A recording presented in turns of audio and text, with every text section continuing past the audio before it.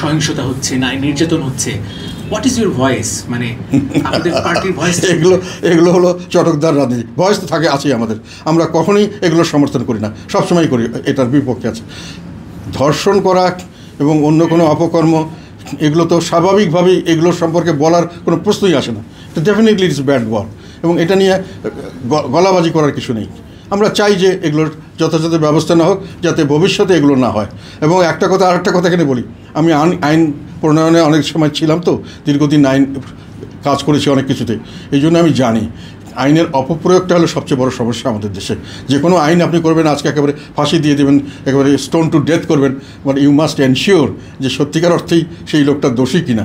আমাদের দেশে কিন্তু অনেক নিরীহ লোককে অনেকভাবে ফাঁসানো হয়, যার জন্য একবার আইন চেঞ্জ করা হয়েছে। একটা নারী নির্যাতন একটা আইন ছিল, সেখানে একতরফাভাবে শাস্তি, এবং দেখা গেল এটা এত বেশি মিসইউজ হচ্ছে, পরবর্তীকালে আরেকটা আইন করে, আমি পার্লামেন্টে ছিলাম, যে ও যদি কেউ মিথ্যা মামলা দেয় তার বিরুদ্ধে শাস্তির ব্যবস্থা করে আরেকটা আইন করতে হয়েছে।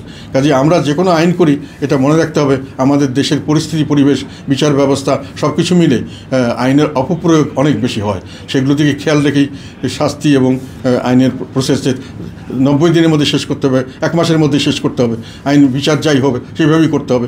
এগুলো কিন্তু মানে আমি মনে করি জনস্বার্থের কথা নয়।